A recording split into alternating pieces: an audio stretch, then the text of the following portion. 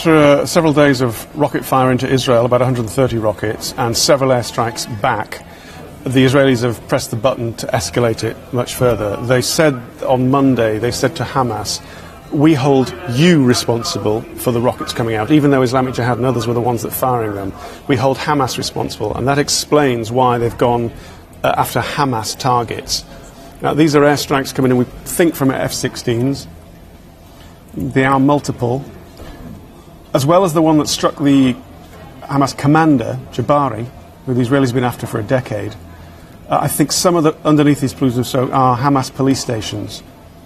And again, I go back to that thing that on Monday they said, we hold you accountable. And that they're going after the Hamas infrastructure again. Unconfirmed reports say at least 2 rockets have subsequently been fired back into Israel, but there's going to be a lot more. There's about 1 million Israelis who have gone to the shelters, I suspect, by now. The schools will be closed tomorrow. The whole area, within about 40 So they would have been in the line of fire, and they would have moved into the bunkers? Yes, the Israelis that live within a certain radius of the Gaza border are within range of rocket fire from Gaza. The maximum I will make it is about 1 million people.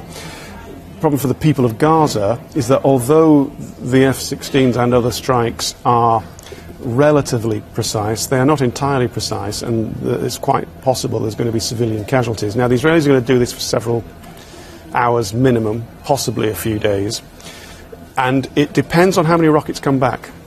There's a certain level of rockets that come back in revenge, in retaliation, and there's a certain amount of damage they do.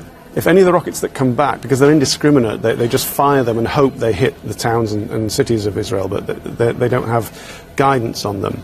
If any of them get lucky from the Hamas perspective and kill some Israelis, I think that will trigger a ground invasion.